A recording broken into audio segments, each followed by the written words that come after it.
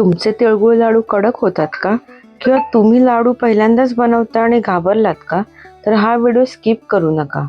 मकर संक्रांतीला तिळगुळ बनवायचा विचार आहे तर हा व्हिडिओ बघून तुम्हाला नक्कीच परफेक्ट तिळगुळ बनवता येतील.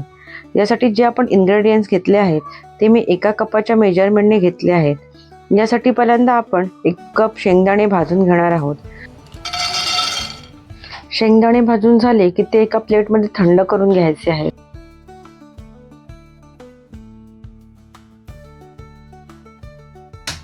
तोपर्यंत आपण तीळ भाजून घेऊ. यासाठी मी 2 कप तीळ घेतले आहेत. ते खमंग सुटेपर्यंत मीडियम टू लो फ्लेमवर सतत हलवून भाजून घ्यायचे आहेत. तीळ जास्त भाजायचे नाहीत, नाहीतर त्याला खरपूस वास येईल.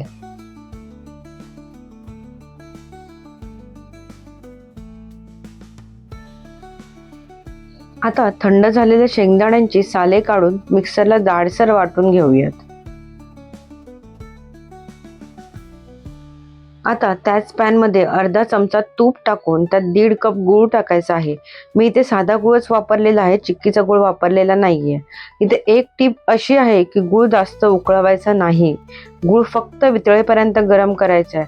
जर गूळ जास्त गरम केला तर लाडू कडक होणारच.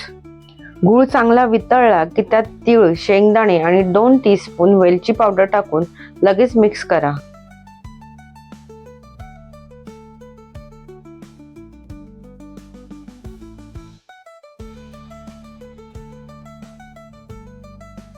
आता हाताला थोडे तूप लावा आणि मिश्रण गरम असतानाच लाडू वळून घ्या.